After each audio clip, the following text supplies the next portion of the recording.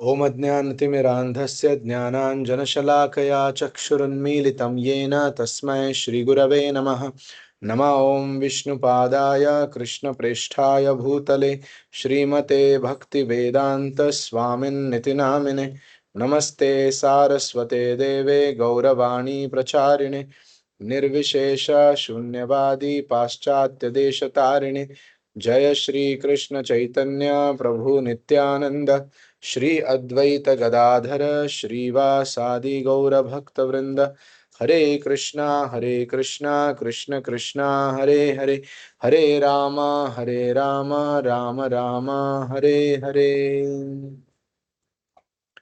पुस्तक राजविद्या एसी भक्ति वेदांत स्वामी ಶ್ರೀಲ ಪ್ರಭುಪಾದರಿಂದ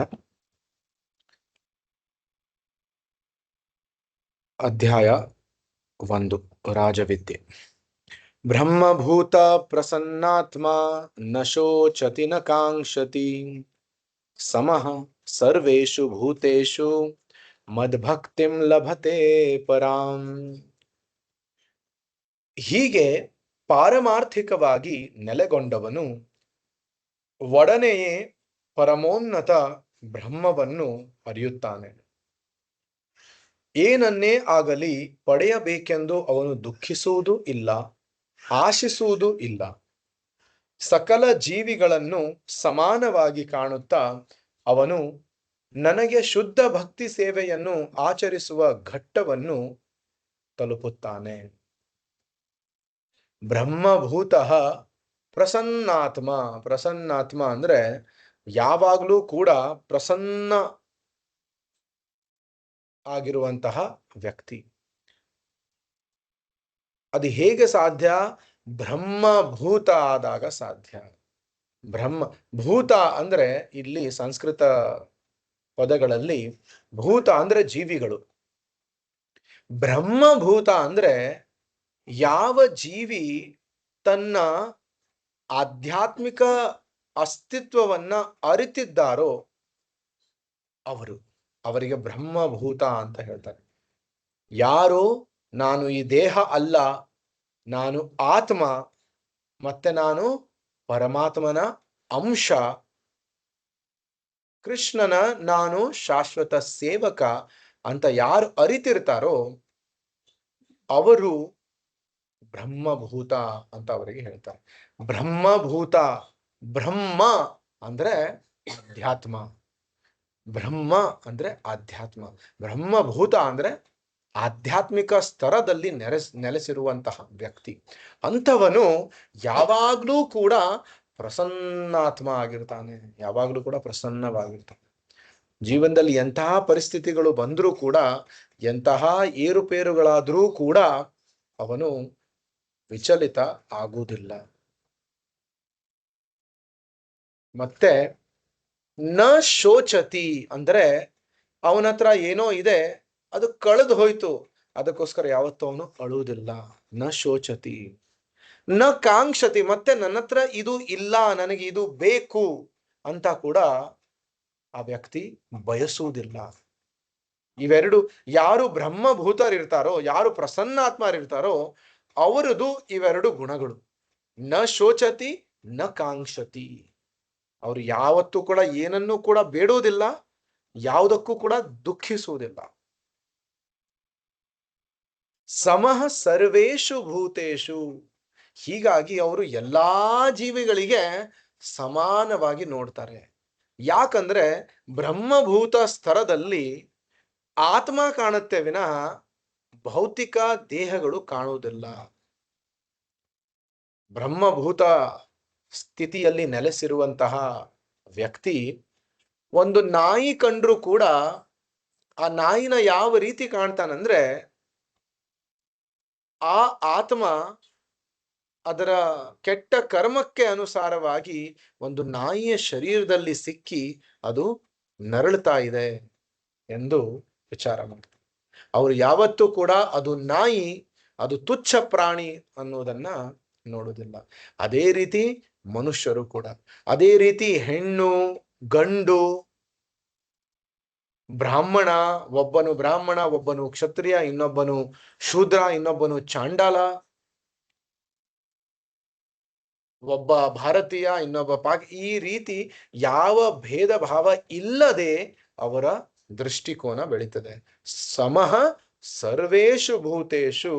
ಮತ್ತೆ ಇಂತಹ ಸ್ಥಿತಿಯಲ್ಲಿ ಮದ್ಭಕ್ತಿಂ ಲಭತೆ ಪರಾಂ. ಕೃಷ್ಣ ಹೇಳ್ತಾನೆ, ನನ್ನ ಪರಮ ಭಕ್ತಿ ಇಂತಹ ಸ್ಥಿತಿಯಲ್ಲಿ ಪ್ರಾಪ್ತಿಯಾಗ್ತದೆ.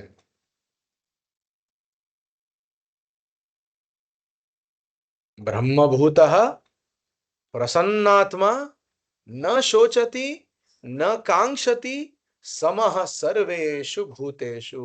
ಇದರಲ್ಲಿ ಟೋಟಲಿ ನೋಡಿದ್ರೆ 1, 2, 3, 4, 5 ವಿಶೇಷ ತತ್ವಗಳ ಬಗ್ಗೆ ಹೇಳಿದ್ದಾರೆ. ಒಂದು, ಆ ವ್ಯಕ್ತಿ ಬ್ರಹ್ಮಭೂತ, ಬ್ರಹ್ಮನಲ್ಲಿ ಬ್ರಹ್ಮನ ಒಂದು ಆತ್ಮದ ಸ್ತರದಲ್ಲಿ ನೆಲೆಗೊಂಡಿರ್ತಾನೆ.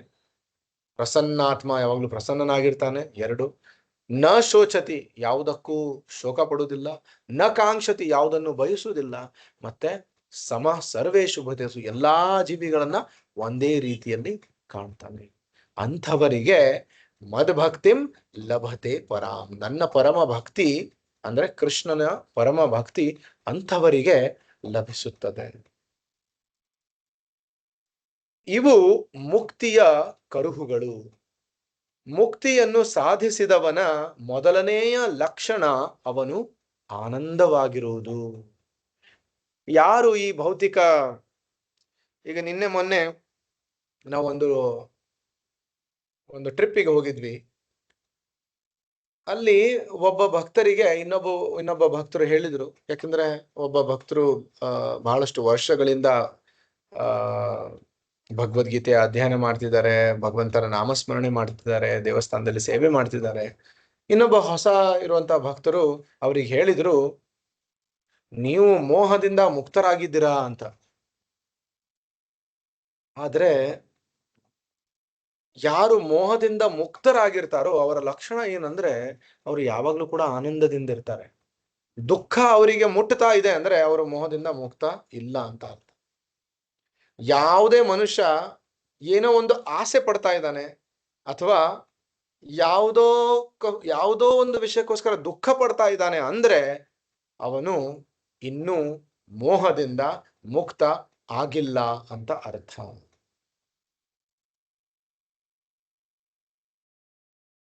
ಯಾರು ಮೋಹದಿಂದ ಮುಕ್ತರಾಗಿರ್ತಾರೋ ಅವರ ಗುಣಲಕ್ಷಣಗಳನ್ನ ಈ ಶ್ಲೋಕದಲ್ಲಿ ಹೇಳಿದ್ದಾರೆ. ಮುಕ್ತಿಯನ್ನು ಸಾಧಿಸಿದವನ ಮೊದಲನೆಯ ಲಕ್ಷಣ ಅವನು ಆನಂದವಾಗಿರುವುದು. ಆದರೆ ನಮ್ಮ ಜೀವನದಲ್ಲಿ ಏನಾಗುತ್ತೆ, ಮನೆಯಲ್ಲಿ ಸ್ವಲ್ಪ ಸಣ್ಣ ಕಲಹ ಆಗುತ್ತೆ, ನಾವು ದುಃಖಕ್ಕೆ ಒಳಗಾಗ್ತೀವಿ. ಇದರ ಅರ್ಥ ಏನಂದ್ರೆ ನಾವಿನ್ನೂ ಬದ್ಧಾತ್ಮರು, ಇನ್ನೂ ಕೂಡ ಭೌತಿಕ ಬಂಧನದಲ್ಲಿ ಇದ್ದೀವಿ, ಇನ್ನೂ ಕೂಡ ಮುಕ್ತರಾಗಿಲ್ಲ. ಅವನು ದುಃಖಿತನಾಗಿರುವುದನ್ನು ನೋಡಲಿಕ್ಕೆ ಸಾಧ್ಯವಿಲ್ಲ. ಅಂತ ವ್ಯಕ್ತಿ ಅವನನ್ನ ದುಃಖದಲ್ಲಿ ನೋಡ್ಲಿಕ್ಕೆ ಸಾಧ್ಯವೇ ಇಲ್ಲ. ಅವನಿಗೆ ಯಾವ ಕಳವಳವೂ ಇಲ್ಲ. ಇದು ಮಾಡಬೇಕು, ಅದು ಮಾಡಬೇಕು, ಅಯ್ಯೋ ಇದು ಆಗಿಲ್ಲ, ಅದು ಆಗಿಲ್ಲ, ಇಲ್ಲ, ಯಾವ ಕಳವಳವೂ ಇಲ್ಲ. ಭಕ್ತಿ ವಿನೋದ್ ಠಾಕೂರ್ ಅವರು ಶರಣಾಗತಿ ಅಂತ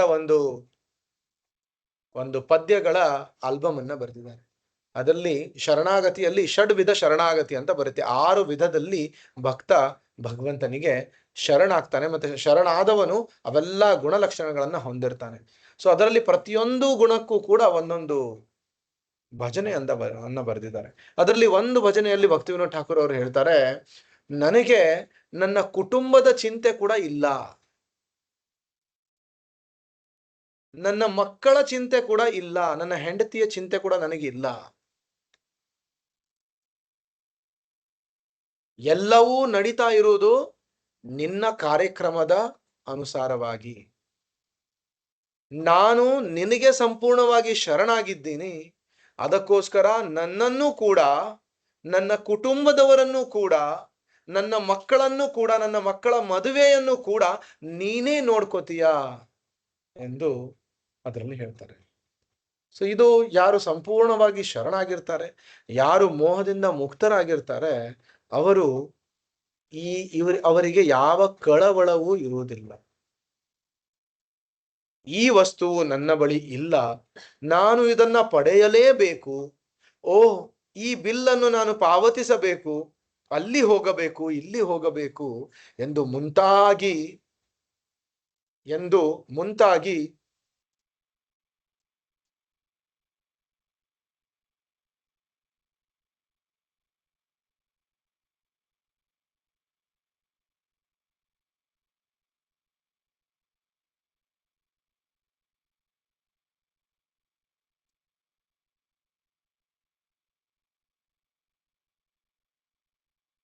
ಮುಂತಾಗಿ ಅವನು ಚಡಪಡಿಸುವುದಿಲ್ಲ. ಮೋಕ್ಷ ಹೊಂದಿದವನಿಗೆ ಕಳವಳವೇ ಇಲ್ಲ. ಅವನು ಈ ಜಗತ್ತಿನಲ್ಲಿ ಅತ್ಯಂತ ಬಡವನಾಗಿರಬಹುದು. ಈಗ ಮೋಕ್ಷ ಹೊಂದಿದವನಂದ್ರೆ, ಈಗ ಇಲ್ಲಿ ನೀವು ಹೇಳಿದ ಹಾಗೆ, ಈ ವಸ್ತು ನನ್ನ ಬಳಿ ಇಲ್ಲ, ನಾನು ಅದನ್ನ ಪಡೆಯಲೇಬೇಕು, ಈ ಬಿಲ್ ಪಾವತಿಸಬೇಕು, ನಾನು ಅಲ್ಲಿ ಹೋಗಬೇಕು, ಇಲ್ಲಿ ಹೋಗಬೇಕು ಅಂತ ಅವನು ಯಾವತ್ತೂ ಕೂಡ ಚಡಪಡಿಸುವುದಿಲ್ಲ. ಅದರ ಅರ್ಥ ಅವನ ಹತ್ರ ಎಲ್ಲವೂ ಇದೆ, ಅದಕ್ಕೋಸ್ಕರ ಅವನು ಇದು ಬೇಕು ಅದು ಬೇಕು ಅಂತ ಚಡಪಡಿಸ್ತಾನೆ ಅಂತ ಅಲ್ಲ. ಅವನು ಬಡವನಾಗಿದ್ರೂ ಕೂಡ, ಯಾಕಂದ್ರೆ ಮೋಕ್ಷ ಪಡಿಬೇಕಂದ್ರೆ ಒಬ್ಬನು ಶ್ರೀಮಂತ ಆಗಿರಬೇಕು, ಅಥವಾ ಅವನು ಈ ಜೀವನದಲ್ಲಿ ಒಂದು ಹೇಳ್ತಾರಲ್ವಾ, ಅವನು ಚೆನ್ನಾಗಿ ಓದಿದಾನೆ, ಚೆನ್ನಾಗಿ ಒಳ್ಳೆ ಜಾಬ್ ಸಿಕ್ಕಿದೆ, ಸೆಟಲ್ ಆಗ್ಬಿಟ್ಟಿದ್ದಾನೆ ಅಂತ ಹೇಳ್ಬಿಡ್ತಾರೆ. ಇಂತಹ ಭವಸಾಗರದಲ್ಲಿ ಸೆಟಲ್ ಆಗ್ಲಿಕ್ಕೆ ಯಾರಿಗೆ ಸಾಧ್ಯ? ನನ್ನ ಮಗ ಅಮೆರಿಕಾದಲ್ಲಿ ಸೆಟಲ್ ಆಗಿದ್ದಾನೆ ಅಂತ ಹೇಳ್ಬಿಡ್ತಾರೆ. ಒಂದು ಬಾಂಬ್ ಹಾಕ್ಬಿಟ್ಟಿದ್ರೆ ಮುಗಿದೋಯ್ತು ಸೆಟಲ್ಮೆಂಟ್ ಎಲ್ಲ. ನನ್ನ ಮಗ ಮುಂಬೈಯಲ್ಲೇ ಸೆಟಲ್ ಆಗಿದ್ದಾನೆ ಅಂತಾರೆ, ಆ ಕಂಪನಿಯಲ್ಲಿ ಸೆಟಲ್ ಆಗಿದ್ದಾನೆ, ಈ ಕಂಪನಿಯಲ್ಲಿ ಸೆಟಲ್ಮೆಂಟ್ ಇಲ್ಲಿ ಇಲ್ಲ. ಯಾವಾಗ ಸಮಯ ಬರುತ್ತೆ ಮಾಯಾ ಕಿಕ್ ಹೊಡೆದು ಕಳಿಸ್ಬಿಡ್ತದೆ. ಇಲ್ಲಿ ಯಾರು ಕೂಡ ಸೆಟಲ್ ಆಗ್ಲಿಕ್ಕೆ ಸಾಧ್ಯ ಇಲ್ಲ.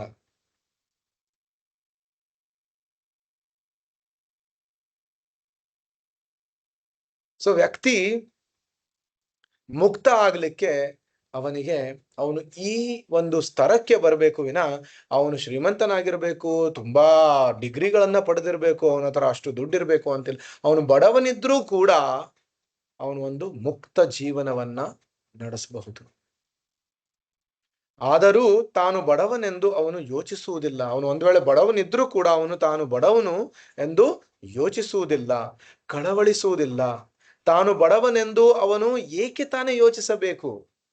ನಾವು ಈ ದೇಹದೊಂದಿಗೆ ಇತರ ಆಸ್ತಿ ಪಾಸ್ತಿಗಳು ನಮ್ಮಲ್ಲಿವೆ ಎಂದು ಯೋಚಿಸಿದಾಗ ಮಾತ್ರ ಬಡವ ಶ್ರೀಮಂತ ಎಂಬ ಆಲೋಚನೆ ಬರುತ್ತದೆ. ಈ ದೇಹ ನಾನು, ಮತ್ತೆ ಈ ದೇಹಕ್ಕೆ ಸಂಬಂಧಪಟ್ಟ ವ್ಯಕ್ತಿಗಳು, ಈ ದೇಹಕ್ಕೆ ಸಂಬಂಧಪಟ್ಟ ಸಂಪತ್ತು ನನ್ನದು ಎಂದು ನಾನು ಯಾವಾಗ ತಿಳ್ಕೊತೀನೋ ಆವಾಗ ಇವೆರಡೂ ಬರ್ತದೆ. ನನಗೆ ಬೇಕು ಮತ್ತೆ ನಾನು ಕಳ್ಕೊಂಡೆ. ನಾನು ದೇಹ ಅಲ್ಲ, ನಾನು ಶುದ್ಧ ಆತ್ಮ, ಭಗವಂತನ ಶಾಶ್ವತ ಸೇವಕ ಎಂದು ಅರ್ಥ ಮಾಡಿಕೊಂಡಾಗ, ಅರಿವು ಮಾಡಿಕೊಂಡಾಗ ಆವಾಗ ಇದು ಬೇಕು, ಕಳೆದು ಹೋಯ್ತು ಅನ್ನುವಂತಹ ಸುಖಗಳು, ದುಃಖಗಳು, ಚಿಂತೆಗಳು ಇವೆಲ್ಲವೂ ಇರುವುದಿಲ್ಲ. ಆದರೆ ಬದುಕಿನ ದೇಹಾತ್ಮ ಕಲ್ಪನೆಯಿಂದ ಬಿಡುಗಡೆ ಹೊಂದಿದ ಮುಕ್ತನಿಗೆ ಆಸ್ತಿಪಾಸ್ತಿಗಳಿಂದಾಗಲಿ ಅವು ಇಲ್ಲದಿದ್ದರಿಂದಾಗಲಿ ಏನೂ ಆಗಬೇಕಾಗಿಲ್ಲ.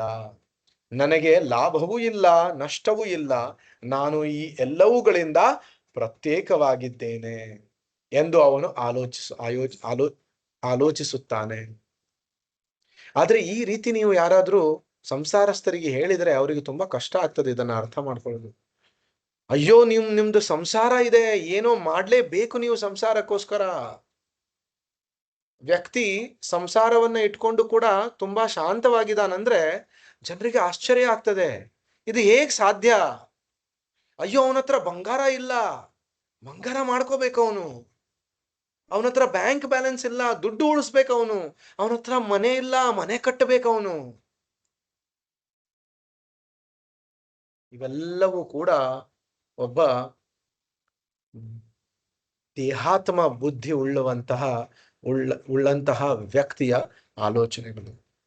ಆದರೆ ಯಾವ ವ್ಯಕ್ತಿ ಈ ದೇಹಾತ್ಮ ಸ್ತರದಿಂದ ಆಧ್ಯಾತ್ಮಿಕ ಸ್ತರಕ್ಕೆ ಹೋಗ್ಲಿಕ್ಕೆ ಪ್ರಯತ್ನ ಪಡ್ತಾನೋ ಆ ವ್ಯಕ್ತಿಗೆ ಇವೆಲ್ಲ ಆಲೋಚನೆಗಳು ಬರುವುದಿಲ್ಲ. ನನ್ನ ಹತ್ರ ಮನೆ ಇಲ್ಲ, ನನ್ನ ಹತ್ರ ದುಡ್ಡಿಲ್ಲ, ನನ್ನ ಹತ್ರ ಆಸ್ತಿ ಇಲ್ಲ, ನನ್ನ ಹತ್ರ ಗೆಳೆಯರು ಇಲ್ಲ, ಇಂತಹ ಯಾವ ಚಿಂತನೆಗಳು ಕೂಡ ಇರುವುದಿಲ್ಲ.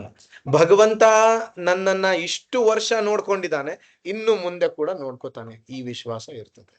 ಯಾವಾಗ ಭಗವಂತನ ಮೇಲೆ ಈ ವಿಶ್ವಾಸ ಇರುತ್ತೋ, ನಾವು ಯಾವುದೇ ಒಂದು ನನಗೆ ಸಾಧಿಸ್ಲಿಕ್ಕೆ ಆಗದೇ ಇರುವಂತಹ ವಸ್ತುಗಳಿಗೆ, ಸಂಬಂಧಗಳಿಗೆ ಅವನು ಹಾತೊರೆಯುವುದಿಲ್ಲ. ಇದು ಒಬ್ಬ ಆಧ್ಯಾತ್ಮಿಕ ಸ್ತರದಲ್ಲಿ ನೆಲೆಸಿರುವಂತ ವ್ಯಕ್ತಿಗಳ ಗುಣಗಳು. ಯಾರನ್ನೇ ಆಗಲಿ ಅವನು ಬಡವ ಅಥವಾ ಶ್ರೀಮಂತನೆಂದು, ವಿದ್ಯಾವಂತ ಅವಿದ್ಯಾವಂತ ಎಂದು, ಸುರೂಪಿ ಕುರೂಪಿ ಎಂದು ನೋಡುವುದೇ ಇಲ್ಲ. ಯಾವುದೇ ಲೌಕಿಕ ದ್ವಂದ್ವಗಳು ಅವನಿಗೆ ಕಾಣಿಸುವುದಿಲ್ಲ. ಇವನೊಬ್ಬ ಶ್ರೀಮಂತ ವ್ಯಕ್ತಿ, ಅವನು ಬಡವ ವ್ಯಕ್ತಿ, ಇವನೊಬ್ಬ ಎಜುಕೇಟೆಡ್ ವ್ಯಕ್ತಿ, ಅವನು ಅನ್ಪಢ ವ್ಯಕ್ತಿ, ಒಬ್ಬ ತುಂಬಾ ಸುಂದರವಾದಂತ ವ್ಯಕ್ತಿ, ಇನ್ನೊಬ್ಬ ತುಂಬಾ ಕುರೂಪ ವ್ಯಕ್ತಿ. ಇದು ಯಾವತ್ತೂ ಕೂಡ ಈ ತರ ದ್ವಂದ್ವಗಳನ್ನ ಅವನು ಕಾಣುವುದಿಲ್ಲ. ಏಕೆಂದರೆ ಅವನ ದೃಷ್ಟಿ ಸಂಪೂರ್ಣವಾಗಿ ಆತ್ಮದ ನೆಲೆಯಲ್ಲಿದೆ. ಪ್ರತಿಯೊಂದು ಜೀವಿಯನ್ನು ಅವನು ಭಗವಾನ್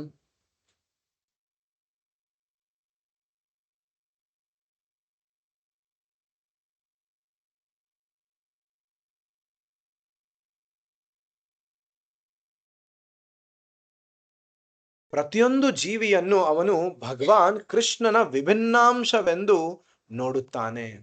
ಹೀಗೆ ಎಲ್ಲವನ್ನೂ ಅವುಗಳ ನಿಜವಾದ ಸ್ವರೂಪದಲ್ಲಿ ನೋಡುತ್ತಾ ಅವನು ದೇವರನ್ನು ಅವರನ್ನು ಕೃಷ್ಣ ಪ್ರಜ್ಞೆಗೆ ಒಯ್ಯಲು ಪ್ರಯತ್ನಿಸುತ್ತಾನೆ. ಎಲ್ಲರನ್ನೂ ಕೂಡ, ಅವರು ಸಂಬಂಧಿಕರಾಗಿರ್ಲಿ, ಅವರು ಮಿತ್ರರಾಗಿರ್ಲಿ, ಪರಿಚಯ ಇಲ್ಲದೇ ಇರೋರಾಗಿರ್ಲಿ, ಎಲ್ಲರನ್ನೂ ಕೂಡ ಅವನು ಕೃಷ್ಣನ ವಿಭಿನ್ನ ಅಂಶ ಎಂದು ನೋಡ್ತಾನೆ.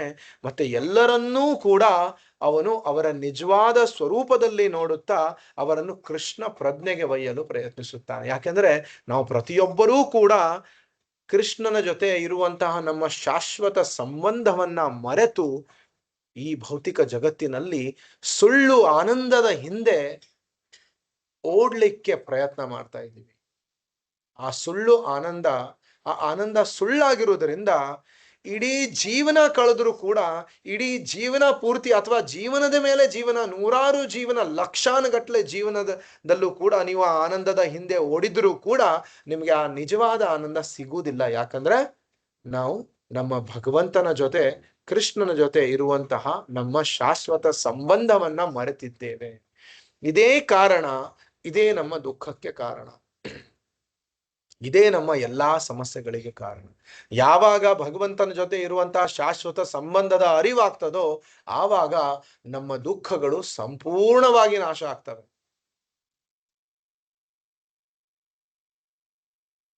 ಅದಕ್ಕೋಸ್ಕರ ಒಬ್ಬ ಭಕ್ತನಾದವನು ನಿಜವಾದ ಸ್ನೇಹಿತ, ಇಡೀ ಜಗತ್ತಿಗೆ ಸ್ನೇಹಿತ. ಒಬ್ಬ ಭಕ್ತನಾದವನು ಮಾತ್ರ ನಿಜವಾದ ಶಾಂತಿ ದೂತ. ಯಾಕಂದ್ರೆ ಅವನು ಎಂತಹ ಪರಿಸ್ಥಿತಿಯಲ್ಲಿದ್ರೂ ಕೂಡ ಎಲ್ಲರನ್ನೂ ಕೂಡ ಕೃಷ್ಣನ ಕಡೆಗೆ ಮತ್ತೆ ಕರೆದೊಯ್ಯಲಿಕ್ಕೆ ಪ್ರಯತ್ನ ಪಡ್ತಾನೆ. ಇದು ನಿಜವಾದ ಸಮಾಜ ಸೇವೆ. ಅನ್ನದಾನ ಮಾಡುವುದು, ವಸ್ತ್ರದಾನ ಮಾಡುವುದು, ವಿದ್ಯಾದಾನ ಅಂತ ಹೇಳೋದು, ಇವೆಲ್ಲ ಬಹಳಷ್ಟು ದಾನಗಳಿದಾವೆ. ಆದ್ರೆ ಎಷ್ಟು ಅಂತ ಮಾಡಬಹುದು? ಅನ್ನದಾನ ಮಾಡಿದಿರ ಅಂತ ಅನ್ಕೊಳ್ಳಿ, ಒಬ್ಬ ಮನುಷ್ಯನಿಗೆ ಇಡೀ ಜೀವನ ಪೂರ್ತಿ ಅನ್ನದಾನ ಮಾಡಿದಿರ ಅಂತ ಅನ್ಕೊಳ್ಳಿ, ಏನು ಉಪಯೋಗ? ಕೊನೆಯಲ್ಲಿ ಅವನು ಕೂಡ ದೇಹ ಬಿಡಬೇಕು, ಮತ್ತೆ ದೇಹ ಪಡಿಬೇಕು. ಈ ಒಂದು ಉದಾಹರಣೆ ಕೊಡ್ತಾರೆ ನಮ್ಮ ಆಚಾರ್ಯರು. ಒಂದು ಮಗು ತುಂಬಾ ಚಿಕ್ಕ ಮಗು ಆಗಿರ್ಬೇಕಾದ್ರೆ ತನ್ನ ತಂದೆ ತಾಯಿಯಿಂದ ದೂರ ಹೋಗ್ಬಿಡ್ತದೆ. ಒಂದು ಜಾತ್ರೆಯಲ್ಲಿ ಹೋದಾಗ ಕೆಲವೊಂದ್ಸಲ ಆಗ್ತದೆ, ಕಳೆದು ಹೋಗುತ್ತೆ ಮಗು. ಆ ಮಗು ಮತ್ತೆ ಎಷ್ಟು ಹುಡುಕಿದ್ರು ಕೂಡ ತಂದೆ ತಾಯಿಗೆ ಸಿಗುದಿಲ್ಲ. ಆದ್ರೆ ತಂದೆ ತಾಯಿ ತುಂಬಾ ಶ್ರೀಮಂತರು, ಆದ್ರೆ ಮಗು ಕಳೆದು ಹೋಯ್ತು. ಆ ಮಗು ಯಾರಿಗೋ ಸಿಕ್ಕಿ, ಯಾರೋ ಅದನ್ನ ಬೆಳೆಸಿ ಎಲ್ಲೋ ಒಂದು ಕಷ್ಟದ ಪರಿಸ್ಥಿತಿಯಲ್ಲಿ ಏನೋ ಒಂದು ಕೆಲಸ ಮಾಡ್ಕೊಂಡು ಅರ್ಧಂಬರ್ಧ ಶಿಕ್ಷಣ ಪಡೆದು ಸ್ಕೂಲಿಗೆ ಹೋಗಿ ಸ್ವಲ್ಪ ಏನೋ ಮಾಡ್ಕೊಂಡು ಏನೋ ಒಂದು ಕಷ್ಟದಿಂದ ದುಡಿತಾ ಇರ್ತದೆ. ಯಾವತ್ತೋ ಒಂದು ದಿನ ಒಬ್ಬ ವ್ಯಕ್ತಿ ಗುರುತಿಸ್ತಾನೆ, ಈ ಹುಡುಗ ಆ ಶ್ರೀಮಂತನ ಅಷ್ಟು ವರ್ಷದ ಹಿಂದೆ ಕಳೆದು ಹೋದ ಮಗು ಅಂತ. ಆವಾಗ ಆ ಶ್ರೀಮಂತ ವ್ಯಕ್ತಿ ಏನ್ ಮಾಡ್ಬೇಕು? ಇಲ್ಲ, ಇವನು ಪಾಪ ತುಂಬಾ ಕಷ್ಟಪಟ್ಟು ದುಡಿತಾ ಇದ್ದಾನೆ. ಆ ವ್ಯಕ್ತಿ, ಆ ಗುರ್ತ್ ಹಿಡಿದಂತ ವ್ಯಕ್ತಿ ಏನ್ ಮಾಡ್ಬೇಕು? ಈ ಹುಡುಗ ತುಂಬಾ ಕಷ್ಟ ಪಡ್ತಾ ಇದ್ದಾನೆ, ಅವನಿಗೆ ನಾನು ಅನ್ನದಾನ ಮಾಡ್ತೀನಿ, ಅವನಿಗೆ ಬಟ್ಟೆ ಕೊಡ್ತೀನಿ. ಈ ತರ ವಿಚಾರ ಮಾಡಿದ್ರೆ ಇದು ಅತಿ ತುಚ್ಛವಾದಂತಹ ವಿಚಾರ. ಶ್ರೇಷ್ಠವಾದಂತ ವಿಚಾರ ಏನು? ಇವಾಗ ನನಗೆ ಗೊತ್ತಾಗಿದೆ, ಆ ಹುಡುಗ ಆ ಶ್ರೀಮಂತ ವ್ಯಕ್ತಿಯ ಕಳೆದು ಹೋದಂತಹ ಮಗು, ಅವನನ್ನ ನಾನು ಅವನ ತಂದೆ ಜೊತೆ ಸೇರಿಸ್ಬೇಕು. ಇದು ಅವನ ಜೊತೆ ಮಾಡುವಂತ ನಾನು ನಿಜವಾದ ಕೃಪೆ, ನಿಜವಾದ ಸೇವೆ. ಯಾವಾಗ ಹುಡುಗನನ್ನ ಅವನ ತಂದೆ ಜೊತೆ ಸೇರಿಸ್ತಾನೋ ಅವನ ಎಲ್ಲಾ ಕಷ್ಟಗಳು ದೂರ ಆಗ್ತವೆ. ಯಾಕಂದ್ರೆ ತಂದೆ ಆಲ್ರೆಡಿ ತುಂಬಾ ಶ್ರೀಮಂತ ಇದ್ದಾನೆ, ಅವನಿಗೆ ಕಷ್ಟಪಟ್ಟು ದುಡಿದು ತಿನ್ನುವ ಅವಶ್ಯಕತೆ ಇಲ್ಲ. ಇದೇ ರೀತಿ ನಾವೆಲ್ಲರೂ ಕೂಡ ಆ ಶ್ರೀಮಂತ ತಂದೆ ಕೃಷ್ಣನ ಮಕ್ಕಳು. ಇಲ್ಲಿ ಬಂದು ತುಚ್ಛ ವಸ್ತುಗೋಸ್ಕರ ನಾವು ಕಷ್ಟ ಪಡ್ತಾ ಇದ್ದೀವಿ. ಇದನ್ನೇ ಹೇಳಲಿಕ್ಕೆ ಕೃಷ್ಣ ಪದೇ ಪದೇ ಬರ್ತಾನೆ. ಬಂದು ಭಗವದ್ಗೀತೆಯಲ್ಲಿ ಹೇಳ್ತಾನೆ, ನನ್ನ ಪರಂ ಧಾಮ ಅದು ನಿನ್ನ ನಿತ್ಯ ಧಾಮ. ನೀನು ಅಲ್ಲಿ ಸೇರಿದ್ದು, ನೀನು ಅಲ್ಲಿ ಸೇರ್ಬೇಕು. ನೀನು ಅಲ್ಲಿಂದ ಬಂದೀಯ, ಮತ್ತೆ ಮರಳಿ ಅಲ್ಲಿ ಬರಬೇಕು. ಅಲ್ಲಿ ಬಂದ್ರೆ ನೀನು ಮತ್ತೆ ಮರಳಿ ಈ ದುಃಖದ ಲೋಕಕ್ಕೆ ಬರುವುದಿಲ್ಲ. ಯದ್ ಗತ್ವಾ ನ ನಿವರ್ತಂತೆ ತದ್ಧಾಮ ಪರಮಂ ಮಮ. ನನ್ನ ಆ ಪರಂ ಧಾಮದಿಂದ ನೀನು ಮರಳಿ ದುಃಖದ ಲೋಕಕ್ಕೆ ಬರುವುದಿಲ್ಲ. ಅದಕ್ಕೋಸ್ಕರ ಭಕ್ತರು ಸದಾ ಪ್ರಯತ್ನ ಮಾಡ್ತಾರೆ. ಯಾರ್ಯಾರು ಸಿಗ್ತಾರೆ, ಚೈತನ್ಯ ಮಹಾಪ್ರಭು ಹೇಳಿದ ಹಾಗೆ, ಯಾರೇ ದೇಖೋ ತಾರೇ ಕಹೋ ಕೃಷ್ಣ ಉಪದೇಶ್. ಯಾರು ಸಿಕ್ಕಿದ್ರು ಕೂಡ ಅವರಿಗೆ ಕೃಷ್ಣನ ಉಪದೇಶ ಹೇಳಿ. ಯಾರು ಸಿಕ್ಕಿದ್ರು ಕೂಡ ಅವರಿಗೆ ಭಗವಂತನ ನಾಮಸ್ಮರಣೆ ಬಗ್ಗೆ ಹೇಳಿ, ಭಗವದ್ಗೀತೆ ಬಗ್ಗೆ ಹೇಳಿ, ಜೀವನದ ನಿಜವಾದ ಗುರಿ ಏನು ಅಂತ ಹೇಳಿ. ಇದು ನಿಜವಾದ ಸಮಾಜ ಸೇವೆ. ಇದರಿಂದ ಆ ವ್ಯಕ್ತಿ ಮತ್ತೆ ಈ ಭೌತಿಕ ಲೋಕದಲ್ಲಿ, ಕಷ್ಟದ ಲೋಕದಲ್ಲಿ ಮತ್ತೆ ಹುಟ್ಟಿ ಮರಳಿ ಬರುವುದಿಲ್ಲ. ಅವನು ಶಾಶ್ವತವಾಗಿ ಆನಂದದಿಂದ ಹೋಗ್ತಾನೆ. ಶಾಶ್ವತವಾಗಿ ಆನಂದದಿಂದ ಇರಲಿಕ್ಕೆ ಭಗವದ್ಧಾಮಕ್ಕೆ ಮರಳಿ ಹೋಗ್ತಾನೆ. ಇದು ನಿಜವಾದ ಸಮಾಜ ಸೇವೆ, ಇದು ನಿಜವಾದ ತಂದೆ ತಾಯಿ ಸೇವೆ. ಈಗ ಇಲ್ಲ, ನಾನು ತಂದೆ, ನನ್ನ ಕೆಲವರು ಫ್ರೆಂಡ್ಸ್ ಇದ್ರು ಕಾಲೇಜಲ್ಲಿ. ಒಬ್ಬ ಫ್ರೆಂಡನ ಅವನಿಗೆ ಕೇಳಿದಾಗ ಅವನ ಜೀವನದ ಗುರಿ ಏನಂದ್ರೆ, ನನ್ನ ತಂದೆ ತಾಯಿ ತುಂಬಾ ಪಟ್ಟು ನನ್ನ ಬೆಳೆಸಿದ್ದಾರೆ, ನನ್ನ ತಂದೆಗೆ ತಾಯಿಗೆ ನಾನು ಒಂದು ದೊಡ್ಡ ಕಾರಲ್ಲಿ ತಿರುಗಾಡಿಸ್ಬೇಕು, ಇದು ನನ್ನ ಜೀವನದ ಗುರಿ. ಆದ್ರೆ ತಂದೆ ತಾಯಿಯನ್ನ ಕಾರಲ್ಲಿ ತಿರುಗಾಡಿಸ್ತೀರಾ, ಆದ್ರೆ ಅವರು ಕೂಡ ಒಂದು ದಿನ ದೇಹ ಬಿಡಬೇಕು. ದೇಹ ಬಿಟ್ಟ ಮೇಲೆ ಮತ್ತೆ ಮರಳಿ ಜನ್ಮ ಪಡಿಬೇಕು. ನಿಜವಾದ ಮಗು, ನಿಜವಾದ ಮಗ ಅಥವಾ ಮಗಳಿನ ನಿಜವಾದ ಕರ್ತವ್ಯ, ತಂದೆ ತಾಯಿ ಪ್ರತಿ ನಿಜವಾದ ಕರ್ತವ್ಯ ಏನಂದ್ರೆ, ನಾನು ಅವರ ಗರ್ಭದಲ್ಲಿ ಹುಟ್ಟಿದ ಕಾರಣ ಅವರು ಈ ಜನ್ಮ ಮೃತ್ಯುವಿನ ಚಕ್ರದಿಂದ ಅವರು ಪಾರಾಗ್ಬೇಕು, ಮತ್ತೆ ಅವರು ಹುಟ್ಟಬಾರದು. ಇದು ನಿಜವಾದ ಪುತ್ರ ಧರ್ಮ, ಪುತ್ರಿ ಧರ್ಮ. ಇದೇ ನಿಜವಾದ ಪಿತೃಧರ್ಮ, ಮಾತೃಧರ್ಮ. ತಂದೆ ತಾಯಿ ಆದವರು ಕೂಡ ಈ ಒಂದು ಲಕ್ಷ್ಯ ಇಟ್ಕೋಬೇಕು. ಈ ಜನ್ಮ ನಮ್ಮ ನಮ್ಮ ಕುಟುಂಬದಲ್ಲಿ ಈ ಮಗು ಹುಟ್ಟಿದೆ, ಈ ಮಗು ಮತ್ತೆ ಹುಟ್ಟಬಾರದು ಈ ಸಂಸಾರದಲ್ಲಿ. ಅದು ಶಾಶ್ವತ ಆನಂದವನ್ನ ಪಡಿಲಿಕ್ಕೆ ಭಗವದ್ಧಾಮಕ್ಕೆ ಸೇರಬೇಕು. ಇದು ನಿಜವಾದ ಕರ್ತವ್ಯ. ಶಾಸ್ತ್ರದಲ್ಲಿ ಎಷ್ಟೋ ಕಡೆ ಕಠೋರವಾಗಿ ಹೇಳಿದ್ದಾರೆ. ಮಾತಾನ ಸಸ್ಯಾತ್, ಪಿತಾನ ಸಸ್ಯಾತ್, ಜನನೀನ ಸಸ್ಯಾತ್, ಸ್ವಜನೋನ ಸಸ್ಯಾತ್, ಗುರೂರ್ನ ಸಸ್ಯಾತ್, ನ ಮೋಚಯೇತ ಸಮುಪೈತ ಮೃತ್ಯುಂ. ನೀನು ತಂದೆ ಆಗ್ಬೇಡ, ತಾಯಿ ಆಗ್ಬೇಡ, ಗುರು ಆಗ್ಬೇಡ, ನಿನಗೆ ಯಾರಿಗೆ ನೀನು ಆಶ್ರಯ ಕೊಡ್ತೀಯಾ, ಯಾವ ಮಗುಗೆ ನೀನು ಆಶ್ರಯ ಕೊಡ್ತೀಯಾ, ಆ ಮಗುವಿಗೆ ಸಮುಪೈತ ಮೃತ್ಯುದಿಂದ ನೀನು ಅವನನ್ನ ಕಾಪಾಡ್ಲಿಕ್ಕೆ ಆಗಿಲ್ಲ ಅಂದ್ರೆ ನೀನು ತಂದೆ ಆಗ್ಬೇಡ. ಆ ಮಗುಗೆ ಮೋಕ್ಷ ಕೊಡ್ಲಿಕ್ಕೆ ಆಗಿಲ್ಲ ಅಂದ್ರೆ ನೀನು ತಾಯಿ ಆಗ್ಬೇಡ, ಗುರು ಆಗ್ಬೇಡ ಎಂದು ಕಠೋರವಾಗಿ ನಮ್ಮ ಶಾಸ್ತ್ರ ಹೇಳ್ತದೆ. ಸೊ ಹಾಗಾಗಿ ಇವೆಲ್ಲವೂ ಕೂಡ ಒಬ್ಬ ಒಬ್ಬ ವ್ಯಕ್ತಿಯ ನಿಜವಾದ ಕರ್ತವ್ಯಗಳು. ಈ ಮಾರ್ಗವೇ ಆ ಮಾರ್ಗವೇ ಹರೇ ಕೃಷ್ಣ ಕೃಷ್ಣ ಕೃಷ್ಣ ಹರೇ ಹರೇ, ಹರೇ ರಾಮ ರಾಮ ರಾಮ ಹರೇ ಹರೇ.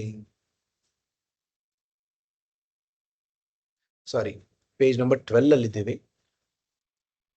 ಹೀಗೆ ಎಲ್ಲವನ್ನೂ ಅವುಗಳ ನಿಜವಾದ ಸ್ವರೂಪದಲ್ಲಿ ನೋಡುತ್ತಾ ಅವನು ಅವರನ್ನು ಕೃಷ್ಣ ಪ್ರಜ್ಞೆಗೆ ಒಯ್ಯಲು ಪ್ರಯತ್ನಿಸುತ್ತಾನೆ. ಅವನ ಅಭಿಪ್ರಾಯ ಪ್ರತಿಯೊಬ್ಬರೂ, ಅವನು ಬ್ರಾಹ್ಮಣನಾಗಲಿ, ಶೂದ್ರನಾಗಲಿ, ಕಿರಿಯನಾಗಲಿ, ಬಿಳಿಯವನಾಗಲಿ, ಹಿಂದೂ, ಕ್ರಿಶ್ಚಿಯನ್ ಅಥವಾ ಏನೇ ಆಗಿರಲಿ, ಕೃಷ್ಣ ಪ್ರಜ್ಞೆಗೆ ಬರಬೇಕು ಎನ್ನುವುದು. ಹೀಗೆ ನೆಲೆಗೊಂಡಾಗ ಮದ್ಭಕ್ತಿಂ ಲಭತೆ ಪರಾಂ, ಅವನು ಕೃಷ್ಣನ ಶುದ್ಧ ಭಕ್ತನಾಗುವುದಕ್ಕೆ ಅರ್ಹನಾಗುತ್ತಾನೆ. ವಾಸ್ತವವಾಗಿ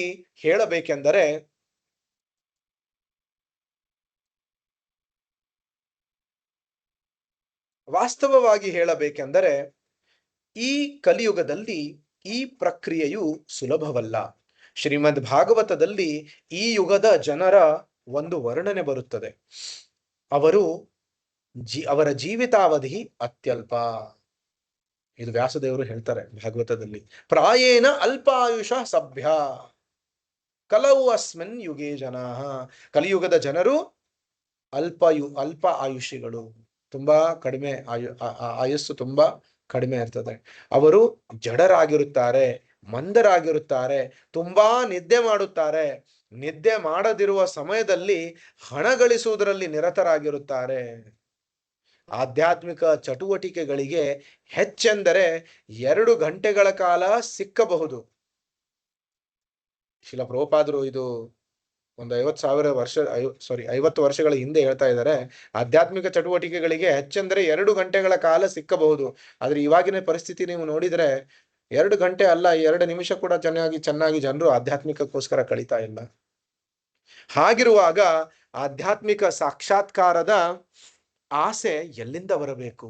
ಒಂದು ವೇಳೆ ಆಧ್ಯಾತ್ಮಿಕವಾಗಿ ಮುಂದುವರಿಯಲು ವ್ಯಕ್ತಿಯು ಕಾತರನಾಗಿದ್ದರೂ ಅವನನ್ನು ಉಪಯೋಗಿಸಿಕೊಳ್ಳಲು ಅನೇಕ ನಕಲಿ ಧಾರ್ಮಿಕ ಸಂಘ ಸಂಸ್ಥೆಗಳು ಕಾದಿರುತ್ತವೆ.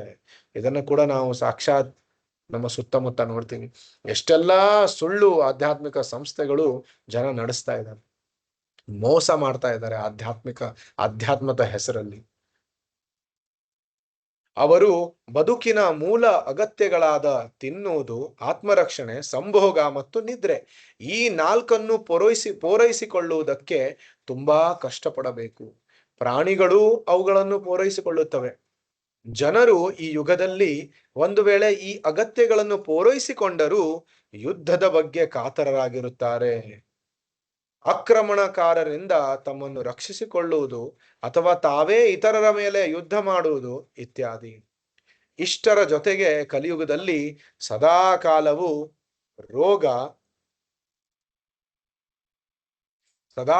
ರೋಗಗಳು ಮತ್ತು ಆರ್ಥಿಕ ಸಂಕಷ್ಟಗಳು. ಆದ್ದರಿಂದ ಈ ಯುಗದಲ್ಲಿ ನಿಯಮಿತ ನಿಯಮಾವಳಿಗಳನ್ನು ಅನುಸರಿಸಿ ಮುಕ್ತಿಯ ಪರಿಪೂರ್ಣ ಹಂತಕ್ಕೆ ಬರುವುದು ಜನರಿಗೆ ಸಾಧ್ಯವಾಗುವುದಿಲ್ಲ ಎಂದು ಶ್ರೀಕೃಷ್ಣನು ಪರಿಗಣಿಸಿದನು. ಆದ್ದರಿಂದ ತನ್ನ ನಿರ್ವ್ಯಾಜ ಕರುಣೆಯಿಂದಾಗಿ ಶ್ರೀಕೃಷ್ಣನು ಭಗವಾನ್ ಚೈತನ್ಯ ಮಹಾಪ್ರಭುವಾಗಿ ಅವತರಿಸಿದನು.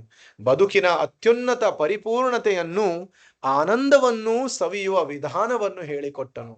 ಯಾವುದದು ಆ ವಿಧಾನ?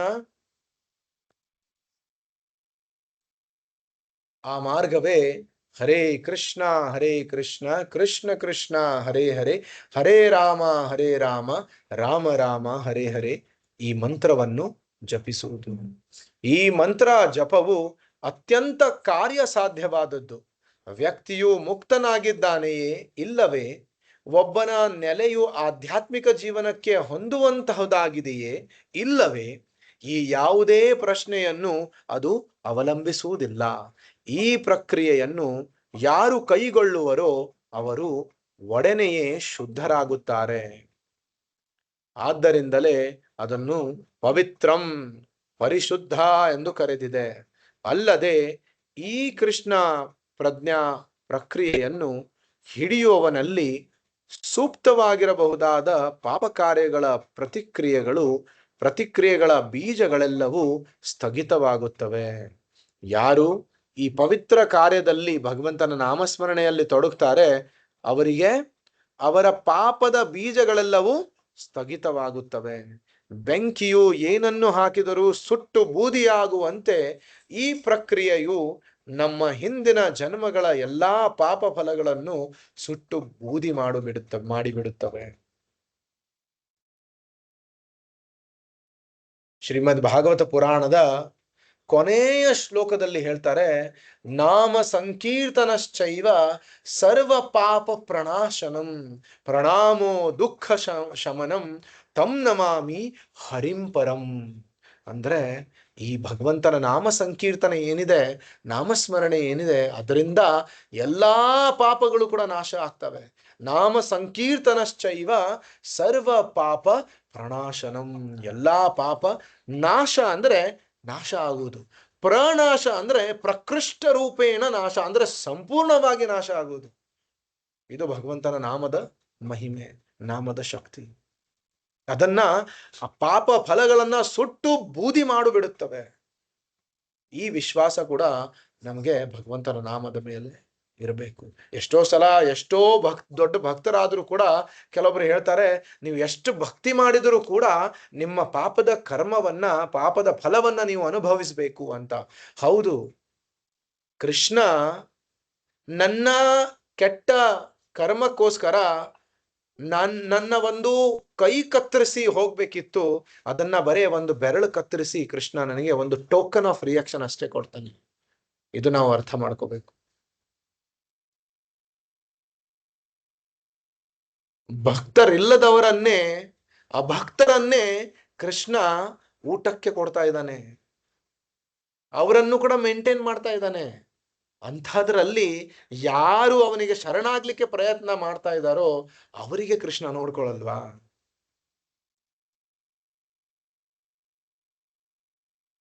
ಸೊ ಹಾಗಾಗಿ ನಾಮ ಸಂಕೀರ್ತನಶ್ಚೈವ ಸರ್ವ ಪಾಪ ಪ್ರಣಾಶನಂ, ಭಗವಂತನ ನಾಮ ನಮ್ಮ ಎಲ್ಲಾ ಪಾಪಗಳ ಕರ್ಮಗಳನ್ನ, ಅದರ ಫಲಗಳನ್ನ, ಅದರ ಬೀಜಗಳನ್ನ ಸುಟ್ಟು ಬೂದಿ ಮಾಡಿಬಿಡುತ್ತದೆ.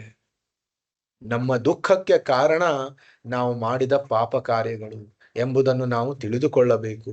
ಪಾಪ ಕಾರ್ಯಗಳಿಗೆ ಅಜ್ಞಾನವೇ ಕಾರಣ. ಯಾವುದು ಏನು ಎಂದು ತಿಳಿಯದವರೇ ಪಾಪ ಕಾರ್ಯಗಳನ್ನು ಮಾಡುವುದು. ಮಗುವು ಅಜ್ಞಾನದಿಂದ ಬೆಂಕಿಯೊಳಕ್ಕೆ ಕೈಯನ್ನು ಇಡುತ್ತದೆ, ತತ್ಕ್ಷಣವೇ ಕೈ ಸುಟ್ಟು ಹೋಗುತ್ತದೆ. ಏಕೆಂದರೆ ಬೆಂಕಿಗೆ ಪಕ್ಷಪಾತವಿಲ್ಲ. ಮುಗ್ಧವಾದ ಮಗು, ಅರಿಯದ ಮಗು ಎಂದು ಅದು ವಿಶೇಷ ರಿಯಾಯಿತಿ ತೋರಿಸುವುದಿಲ್ಲ, ಅದು ಬೆಂಕಿಯಾಗಿ ವರ್ತಿಸುತ್ತದೆ ಅಷ್ಟೇ. ಅದೇ ರೀತಿ ಈ ಲೌಕಿಕ ಜಗತ್ತು ಹೇಗೆ ಕೆಲಸ ಮಾಡುತ್ತಿದೆ ಎನ್ನುವುದು ನಮಗೆ ಗೊತ್ತಿಲ್ಲ. ಅದನ್ನು ನಿಯಂತ್ರಿಸುವವನು ಯಾರು, ಅದು ಹೇಗೆ ನಿಯಂತ್ರಿತವಾಗುತ್ತದೆ, ಇದು ಯಾವುದು ನಮಗೆ ತಿಳಿಯದು. ಅಜ್ಞಾನದಿಂದ ನಾವು ಮೂರ್ಖರಾಗಿ ನಡೆದುಕೊಳ್ಳುತ್ತೇವೆ. ಆದರೆ ಪ್ರಕೃತಿ ಎಷ್ಟು ಕಟ್ಟುನಿಟ್ಟಾಗಿದೆ ಎಂದರೆ ನಾವು ಮಾಡಿದ ಕಾರ್ಯಗಳ ಫಲಗಳನ್ನು ತಪ್ಪಿಸಿಕೊಳ್ಳಲು ಬಿಡುವುದೇ ಇಲ್ಲ. ಇದಕ್ಕೆ ಒಂದು ಉದಾಹರಣೆ ಹೇಳ್ತಾರೆ. ಹೇಗೆ ಒಂದು ಕರು, ಅದಕ್ಕೆ 1,000 ಹಸುಗಳ ಮಧ್ಯ ಬಿಟ್ಟರೂ ಕೂಡ ಆ ಕರು ಕರೆಕ್ಟ್ ಆಗಿ ಹುಡುಕಿ ತನ್ನ ತಾಯಿ ಹಸು ಹತ್ರ ಮಾತ್ರ ಹೋಗ್ತದಂತೆ. ಅದೇ ರೀತಿ ನಾವು ಮಾಡಿದ್ದೆಲ್ಲಾ ಕರ್ಮ ನಮ್ಮನ್ನ ಹುಡುಕಿ ನಾವೇ ಅನುಭವಿಸುವ ಹಾಗೆ ನಮ್ಮ ಹತ್ರ ಬರ್ತವೆ. ಅದನ್ನ ಯಾರು ಬದಲಾಯಿಸ್ಲಿಕ್ಕೆ ಆಗುವುದಿಲ್ಲ. ಅದನ್ನ ಬದಲಾಯಿಸ್ಲಿಕ್ಕೆ ಯಾರು ಆ ಕರ್ಮ ಸಿದ್ಧಾಂತವನ್ನ ಮಾಡಿದಾನೋ ಯಾರು ಈ ಪ್ರಕೃತಿಯನ್ನ ಸೃಷ್ಟಿ ಮಾಡಿದಾನೋ, ಪ್ರಕೃತಿ ನಿಯಮಗಳನ್ನ ಹಾಕಿದಾನೋ ಅವನಿಗೆ ಮಾತ್ರ ಸಾಧ್ಯ ವಿನ ಬೇರೆ ಯಾರು ಕೂಡ ಅದನ್ನ ಬದಲಾಯಿಸ್ಲಿಕ್ಕೆ ಆಗುತ್ತಿಲ್ಲ.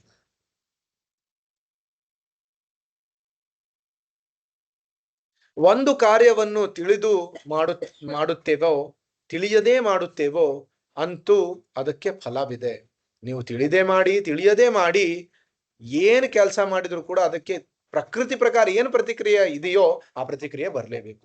ಹೇಗೆ ಬೆಂಕಿಯಲ್ಲಿ ಯಾರ ಕೈ ಹಾಕಿದ್ರು ಕೂಡ ಸುಟ್ಟು ಹೋಗುತ್ತೋ, ಏನ್ ಹಾಕಿದ್ರು ಕೂಡ ಸುಟ್ಟು ಹೋಗುತ್ತೋ, ಅದೇ ರೀತಿ ಈ ಪ್ರಕೃತಿಯ ನಿಯಮಗಳು. ಪ್ರಕೃತಿ ಎಲ್ಲಿಯೂ ಕೂಡ ಭೇದ ಭಾವ ಮಾಡುವುದಿಲ್ಲ. ಯಾಕಂದ್ರೆ ಪ್ರಕೃತಿಯ ಸೇವೆ ಏನು ಅಂದ್ರೆ ಏನು ಕಾರ್ಯ ಮಾಡಿದ್ರು ಕೂಡ, ಏನು ಕ್ರಿಯೆ ಮಾಡಿದ್ರು ಕೂಡ ಅದಕ್ಕೆ ತಕ್ಕ ಪ್ರತಿಕ್ರಿಯೆ ಕೊಡಬೇಕು. ಇದು ಪ್ರಕೃತಿಗೆ ಕೃಷ್ಣ ಕೊಟ್ಟಿರುವಂತ ಉಪದೇಶ, ಕೊಟ್ಟಿರುವಂತ ಆದೇಶ. ಸೊ ಹಾಗಾಗಿ ಪ್ರಕೃತಿ ಅದೇ ಪ್ರಕಾರ ನಡೀತದೆ.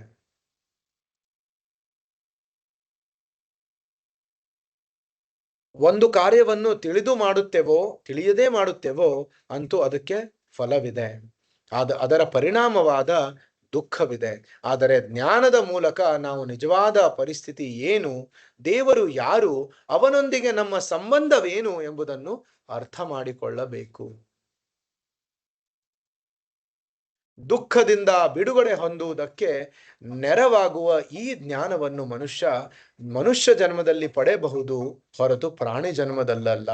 ನಮಗೆ ಜ್ಞಾನವನ್ನು ನೀಡಲು ಸರಿಯಾದ ಮಾರ್ಗದರ್ಶನ ಮಾಡಲು ಜಗತ್ತಿನ ಎಲ್ಲಾ ಭಾಗಗಳಲ್ಲೂ ಹಲವು ಭಾಷೆಗಳಲ್ಲಿ ಧರ್ಮ ಗ್ರಂಥಗಳು ರಚಿತವಾಗಿವೆ.